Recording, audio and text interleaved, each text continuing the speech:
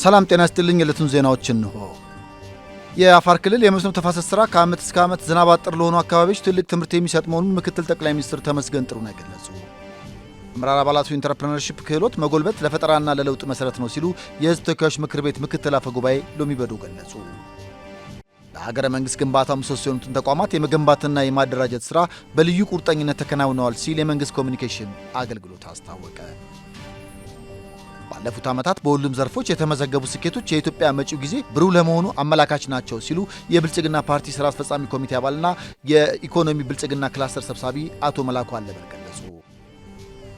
ኢትዮጵያ የአፍሪካ ካሪቢያንና ፓሲፊክ ሀገራት ድርጅት የመሪዎች ጉባኤ ላይ ንቁ ተሳትፎ ማድረጓ ተገለጸ። የሚሉት የዕለቱ ዜናዎቻችን ናቸው። ዜናዎቹን በዝርዝር እንመለከታለን። ከዜናዎቹ ጋር ሀብታሙ አክሊሉ ነኝ። አብራችሁን ቆዩ። የአፋር ክልል የመስኖ ተፋሰስ ስራ ከዓመት እስከ ዓመት ዝናብ አጥር ለሆኑ አካባቢዎች ትልቅ ትምህርት የሚሰጥ መሆኑን ምክትል ጠቅላይ ሚኒስትር ተመስገን ጥሩነህ ገለጹ። ምክትል ጠቅላይ ሚኒስትሩ በማህበራዊ ትስስር ገጻቸው ባሰፈሩት መልእክት በአዋሽ ወንዝ ተፋሰስ በመስኖ እየለማ ያለው የሱፍ ምርት ለተሻገረ ግብርናና ለተሻገረ ገጠር ራዕያችን ተደማሪ ሀብት ነው ብለዋል።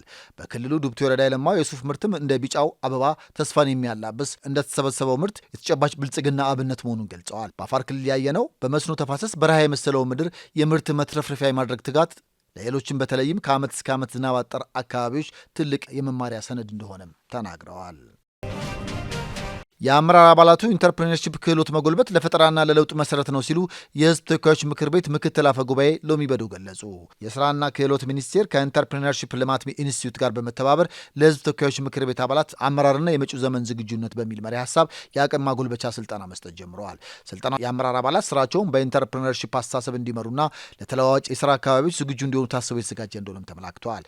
የሕዝብ ተወካዮች ምክር ቤት ምክትል አፈ ጉባኤ ሎሚ በዶ በዚህ ወቅት ስልጠናው የምክር ቤት አባላት ካላቸው የላቀ የህዝብ አመራር ልምድ በመነሳት ሀገራዊና ዓለም አቀፋዊ ሁኔታዎችን በላቀ ብስለትና በስራ ፈጣሪነት መንፈስ እንድትቀርጹ ለማገዝ ነው ብለዋል። አባላቱ ያላቸውን እውቀትና ልምድ በመለዋወጥ ውጤታማና ፍሬያማ የሆኑ ስራዎች ለመስራት የሚያግዝ እንደሆነም ጠቁመዋል። ይህም ችግሮችን በፈጠራ በፍጥነት እንዲሁም በባለቤትነት መንፈስ ለመፍታትና አዳዲስ የአገልግሎት ዘርፎችን ለመፍጠር የሚያስችል ነው ብለዋል።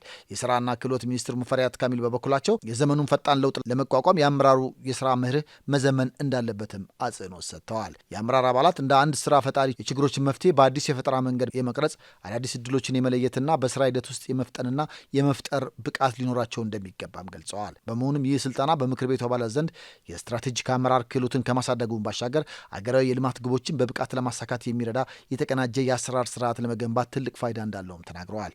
በማስጀመሪያ መርሃ ግብሩ ላይ በሕዝብ ተወካዮች ምክር ቤት የመንግስት ዋና ተጠሪ ሚኒስትር ዶክተር ተስፋዬ በልጅጌ፣ የምክር ቤቱ አባላትና የሚኒስቴር መስሪያ ቤቱ ከፍተኛ የስራ ኃላፊዎች ተገኝተዋል። ለሀገረ መንግስት ግንባታው ምሰሶ የሆኑትን ተቋማት የመገንባትና የማደራጀት ስራ በልዩ ቁርጠኝነት ተከናውነዋል ሲል የመንግስት ኮሚኒኬሽን አገልግሎት አስታወቀ። የፌዴራል መንግስት ኮሚኒኬሽን አገልግሎት አካታች ፖለቲካዊ ለውጦች ለጽኑ ሀገራዊ መሰረት በሚል መግለጫ አውጥተዋል። የፌዴራል መንግስት ባለፉት የለውጥ ዓመታት ሀገራችንን ከነበረችበት ስር የሰደደ ፖለቲካዊ ቀውስ አውጥቶ ወደ ተሟላ ዲሞክራሲያዊ ስርዓት ለማሸጋገር የነደፋቸውን ስልታዊ ግቦች በላቀ ጽናትና ስኬት ወደ ተግባር ቀይረዋል። የዚህ ታሪካዊ ሽግግር ዋነኛ ስኬት ለዘመናት ኢትዮጵያን ሲንድ የነበረውን የመሀልና የዳር አግላይ ፖለቲካ ትርክት በመስበር እያንዳንዱ ዜጋና እያንዳንዱ አካባቢ የስልጣንና የሀብት ፍትሃዊ ተጠቃሚ የሚሆኑበትን ህብረ ብሔራዊ አንድነት መገንባቱ ነው። ይህ ለውጥ ኢትዮጵያ የጥቂቶች ሳይሆን የሁላችንም የጋራ ቤት መሆኗን በተግባር ያረጋገጠ መሰረታዊ ድል ነው። ለዘላቂ ሰላምና ለሀገራዊ ሕልውና መረጋገጥ በትውልዶች መካከል ድልድይ የሚሆን የወል ትርክት ግንባታ ላይ የተመዘገቡት ድሎች የለውጥ መንግስት ታላቅ ፖለቲካዊ ስኬቶች ሲሆኑ ሀገራችንን ለዘመናት በቅራኔ ውስጥ ዘፍቀው የቆዩ አግላይ ትርክቶች እንዲከስሙ በማድረግ በምትካቸው የሁላችንንም ታሪክና አሻራ የሚዘክሩ የጋራ ትርክቶች በተግባር እንዲጎለብቱ ተደርገዋል።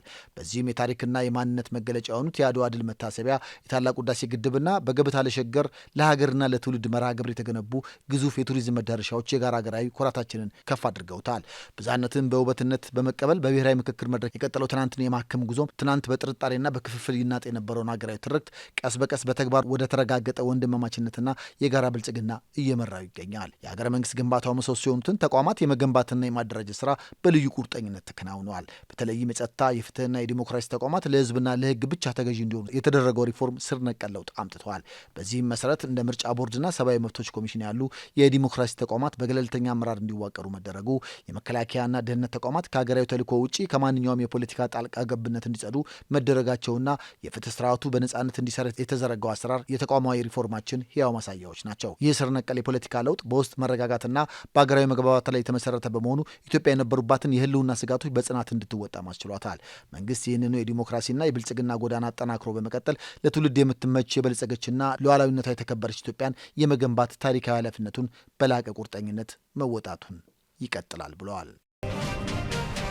ባለፉት ዓመታት በሁሉም ዘርፎች የተመዘገቡ መጠነ ሰፊ ስኬቶች የኢትዮጵያ መጪው ጊዜ ብሩህ ለመሆኑ አመላካች ናቸው ሲሉ የብልጽግና ፓርቲ ስራ አስፈጻሚ ኮሚቴ አባልና የኢኮኖሚ ብልጽግና ክላስተር ሰብሳቢ አቶ መላኩ አለበል ገለጹ።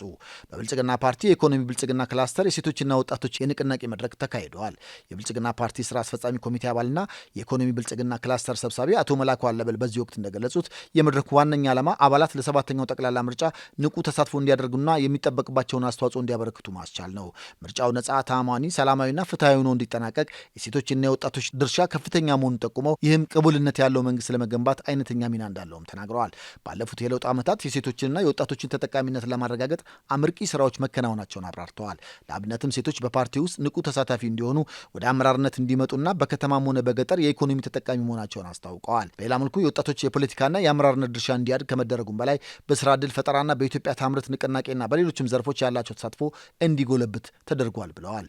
ብልጽግና ፓርቲ ባለፉት 5 ዓመታት ለህዝቡ የገባውን ቃል ሙሉ በሙሉ ማሳካቱን ለቀጣዩ ምርጫ ትልቅ ስንቅ እንደሚሆን ጠቁመዋል።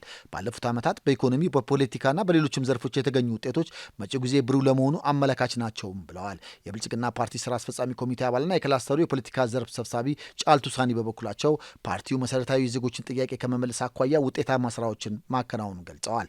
የዲሞክራሲ ጥያቄን ለመመለስ የሚያስችሉ ተቋማት መገንባታቸውና እውነተኛ የዲሞክራሲ ስርዓት ለመገንባት በትኩረት እየተሰራ መሆኑን አረጋግጠዋል። ባለፉት ዓመታት ሀገራዊ አንድነትን ከፍ የሚያደርጉ ስራዎች ተሰርተዋል። ይህም የዳር ተመልካችነት ቀርቶ ሁሉም ዜጋ በሀገራዊ ጉዳዮች ላይ እኩል ተሳታፊ እንዲሆን አስችሏልም ብለዋል። ሰባተኛው ጠቅላላ ምርጫ ለሁሉም እኩል ሜዳ የሚረጋገጥበት መሆኑን ጠቅሰው ምርጫው ቅቡልነት ያለው የሀገረ መንግስት ግንባታን እውን ለማድረግ እንደሚረዳ አስገንዝበዋል። ሂደቱንም ሆነ የግቡ ስኬታማነት ለማረጋገጥ በከፍተኛ ትኩረት እየተሰራ መሆኑን ተናግረዋል። ባለፉት ዓመታት በኢኮኖሚና በፖለቲካው ዘርፍ የተገኙ ውጤቶች መጪው ጊዜ ለብልጽግና ብሩህ እንዲሆን የሚያደርጉ መሆናቸውንም ጠቁመዋል። ኢትዮጵያ የአፍሪካ ካሪቢያንና ፓሲፊክ ሀገራት ድርጅት የመሪዎች ጉባኤ ላይ ንቁ ተሳትፎ ማድረጓ ተገለጸ።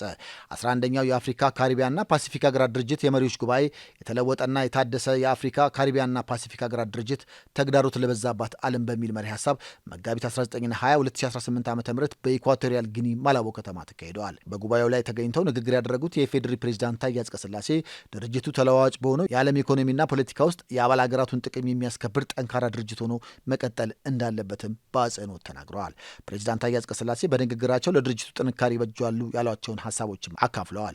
ውይይቱን የተከታተሉት የቤንሉክስ አገራትና በአውሮፓ ህብረት ተቋማት የኢፌዴሪ ልዩ መልእክተኛና ባለሙሉ ስልጣን አምባሳደር እሸቴ ጥላሁን ከዚያ ጋር ባደረጉት ቆይታ ፕሬዚዳንት ታዬ አጽቀሥላሴ በመድረኩ የድርጅቱን አስፈላጊነትና ተጽዕኖ ፈጣሪነት የሚያሳድጉ ገንቢ ሀሳቦችን ማካፈላቸውን ተናግረዋል።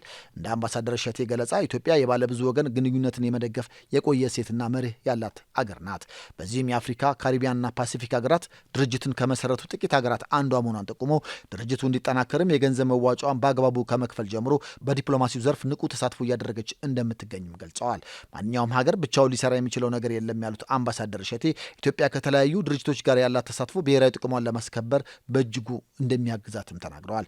እነዚህን እድሎች በአግባቡ ለመጠቀም ኢትዮጵያን ጨምሮ የአፍሪካ ሀገራት ወጣቶቻቸውን በብዙ መልኩ ማዘጋጀት አለባቸውም ብለዋል። የአፍሪካ ካሪቢያንና ፓሲፊክ ሀገራት ድርጅት እንደ አውሮፓውያን ዘመን አቆጣጠር በ1975 በጆርጅ ታውን ጉያና የተመሰረተ ሲሆን በአሁኑ ወቅት 79 አባል ሀገራት አሉት። ዜናዎቹ ጋር ሀብታሙ አክሊሉ ነበርኩኝ። ሰላም።